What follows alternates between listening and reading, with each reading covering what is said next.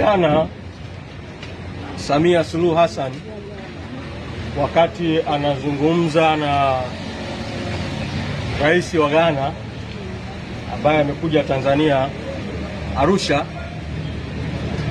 Rais Samia, rais ambaye sisi hatumtambui, tunasema amepatikana kwenye uchaguzi haramu, Samia Suluhu Hassan amesema kwamba hali ya kisiasa Tanzania ni shwari.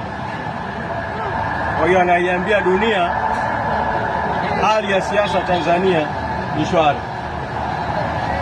Nataka kusema kwamba jamii ya kimataifa isisikilize upotoshaji huo unaofanywa na Samia Suluhu Hassan. Hali ya siasa Tanzania haiwezi kuwa shwari wakati kiongozi mkuu wa chama kikuu cha siasa yuko bado gerezani kwa kesi ya kubambikizwa ya uhaini.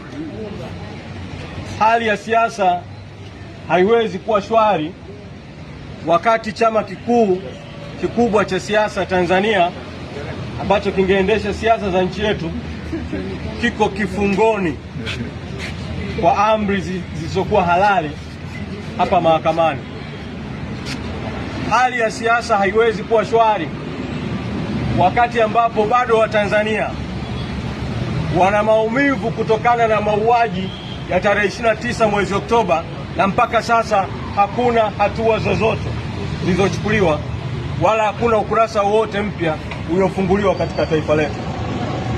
Katika mazingira haya, nitoe mwito tu kwa wadau wote wa demokrasia, wa haki.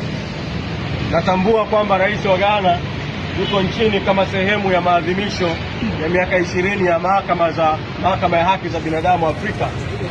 Kwa hiyo wanataka kutengeneza picha kama vile mambo yako shwari. Wadau wote waelewe kwamba hali ya kisiasa Tanzania bado sio shwari.